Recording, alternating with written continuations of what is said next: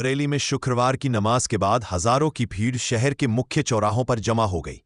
भीड़ बढ़ने के साथ ही माहौल बिगड़ गया और नारेबाजी से शुरू हुआ मामला देखते देखते बवाल में बदल गया। स्थिति इतनी गंभीर हो गई कि कई स्थानों पर पथराव और तोड़फोड़ हुई। सूत्रों के अनुसार तौकीर मियां के समर्थन में जुटे लोगों ने प्रशासन से उनके खिलाफ दर्ज मामलों को वापस लेने और गिरफ्तारी की कार्यवाही रोकने की मांग की थी। बरेली से सैयद आसिफ की रिपोर्ट। उसमें क्या एग्जैक्टली हुआ, किस तरीके से जो नमाज के बाद पथराव हुआ, पुलिस के ऊपर भी अटैक करने की कोशिश की गई, क्या हुआ था घटनाक्रम? जैसा कि आप सब लोग जान रहे हैं, आज जुमे की नमाज थी। इसको लेते हुए पहले कुछ कॉल की गई थी।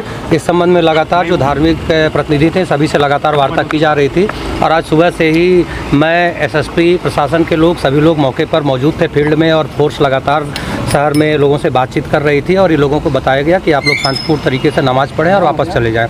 इसका परिणाम ये हुआ कि 90-95% लोगों ने शांतिपूर्ण तरीके से नमाज़ पढ़ी और वो लोग वापस चले गए। अचानक बाद में कुछ खुराफाती तत्व आए और जिन्होंने पथराव और फायरिंग शुरू करी और इसमें पर्याप्त उनकी वीडियोग्राफी और फोटोग्राफी की गई है। उस आधार पर पुलिस ने भी जो उसमें लोग मौके पर पाए गए ये करते हुए उसमें से कुछ की गिरफ्तारियाँ सुनिश्चित की गई हैं और वीडियो और जो हमारे पास फोटो साक्ष्य हैं उसके आधार पर अग्रिम कार्रवाई सुनिश्चित की गई। पूरा जगह पे हुई है सर? ये शहर में 3-4 जगहों पर हुई है। बाकी भी ऑफिसर्स अलग अलग जगह लगे थे। अभी हम लोग मौके से ही आ रहे हैं और सबको हम लोग इकट्ठा कर रहे हैं, मीटिंग करने जा रहे हैं। उसमें सारी चीज़ें क्लियर करेंगे और उसके बाद हम लोग बाकी कितने लोग घायल हुए पुलिसकर्मी? पुलिस के 10 से ज़्यादा लोग घायल हुए हैं और उनका उपचार कराया जा रहा है और संबंधित डॉक्टर जो है उनसे संपर्क। हिरासत में अलग अलग जगहों पर चूंकि हुआ है तो वहाँ लोगों की गिरफ्तारी हुई है। वो संख्या अभी हम लोग मंगा रहे हैं। फायरिंग की घटना जो हुई है उसमें छर्रे लगे हैं, कुछ वेपन भी बरामद किए गए हैं और वो सारे तथ्य जो हैं वो भी हम लोग तरीके से ये साजिश थी आपको लगता है या क्या लगता है कि लोकल थे? जैसा कि आप लोगों ने देखा, आप लोग भी मौके पर थे और तमाम प्रेस के बंधुओं को भी इसमें चोटें आई थी या पथराव आप लोगों ने देखा। खुद वीडियो फुटेज आप लोगों ने भी इसके कवर किए हैं।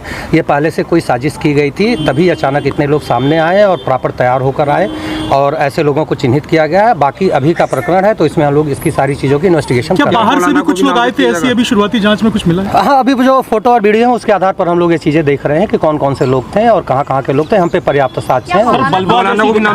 मुकदमा दर्ज होगा?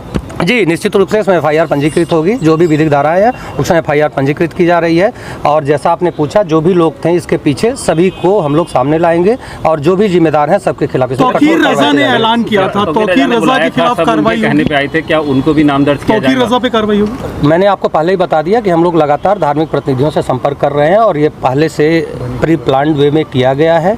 जो भी लोग इसके पीछे हैं, जिन्होंने भी कॉल की थी, किसी को भी बख्शा नहीं जाएगा। एक कंफ्यूजन भी चल रहा है सर, क्या इसकी परमिशन दी गई थी या फिर नहीं? किसी प्रकार की कोई परमिशन नहीं थी और सबको पहले बता दिया गया था कि यहाँ किसी प्रकार की कोई परमिशन नहीं है और ये मानते हुए 90-95% लोग ये बात को समझ भी गए थे और सब लोग नमाज पढ़ने के बाद अपने घर और अपने काम पर वापस लौट गए। बाद में कुछ प्लांट हुए खुराफाती तत्व हैं जिनके खिलाफ कार्रवाई की जा रही है। सर, इसमें मुकदमे अलग अलग जगह दर्ज किए जाएंगे क्योंकि कई जगह ये घटनाएं? जी, निश्चित रूप से जहाँ ये घटनाएं हुई हैं और जिन जगहों पर चोटें आई हैं लोगों को, जहाँ विवाद हुआ है, हर जगह मुकदमे पंजीकृत किए जा रहे हैं। छर्रे लगे हैं क्या पुलिसकर्मियों को? लगे?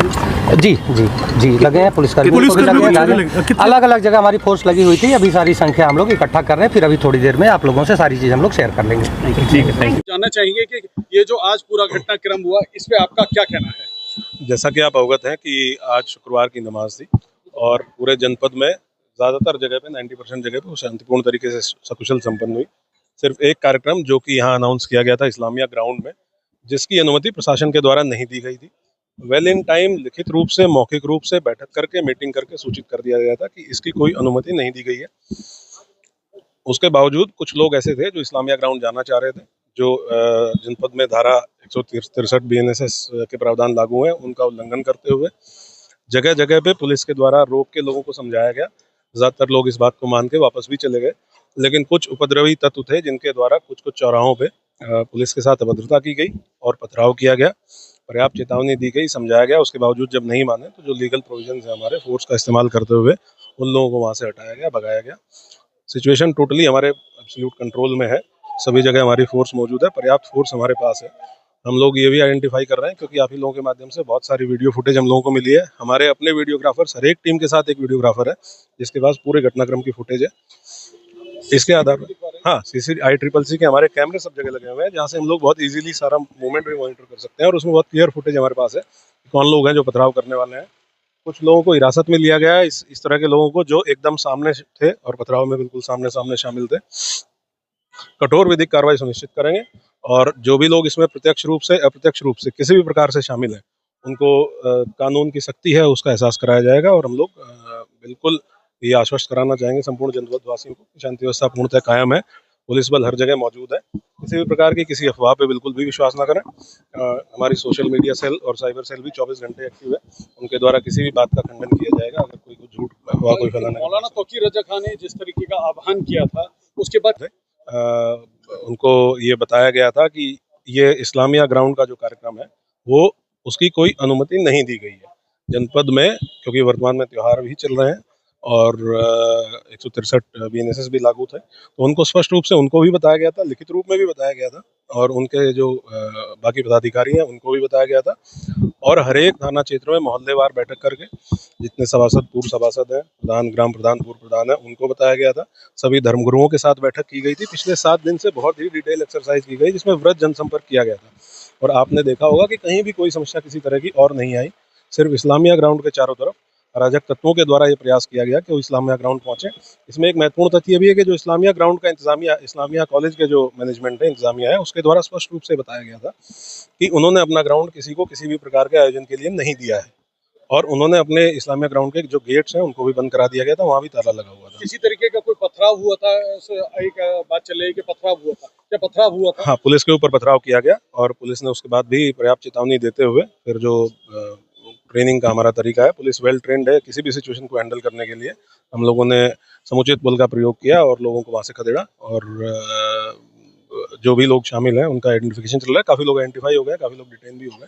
कुछ मुकदमे लिखे जा रहे हैं क्या? गिरफ्तार किए गए थे, कितने लोग गिरफ्तार हुए हैं? कितने मुकदमे लिखे हैं? ये अभी तो हम लोग मौके से अभी जस्ट यहाँ आए हैं, एक बार पूरा सभी लोगों से एक बार डेटा कलेक्ट हो कुछ जाए। लोग गिरफ्तार हुए क्या? हाँ, काफी लोग, कुछ लोग हम लोगों ने